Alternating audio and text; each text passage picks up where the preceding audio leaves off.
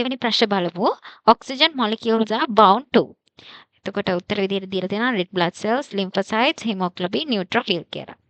එතකොට මෙතන පැටලෙන උත්තර දිහට තියෙන්නේ red blood cells වේ hemoglobin. අපි බලමු ඇයි red blood cells මේකට ගන්න බැරි උත්තරේ විදිහට.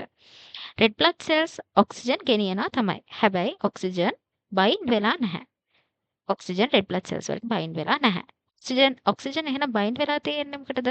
oxygen bind වෙලා තියෙන්නේ red blood cells ඇතුලේ තියෙන protein එකක් hemoglobin කියලා. ඒකට මේ hemoglobin වලට තමයි oxygen bind වෙලා තියෙන්නේ. එතකොට oxygen molecules 4කට පුළුවන් hemoglobin එක bind වෙන්න.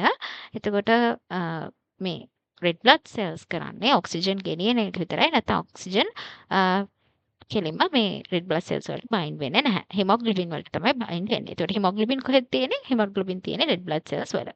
එහෙනම් මෙතන හරියම උත්තරේ විදිහට අපිට ගන්න පුළුවන් hemoglobin.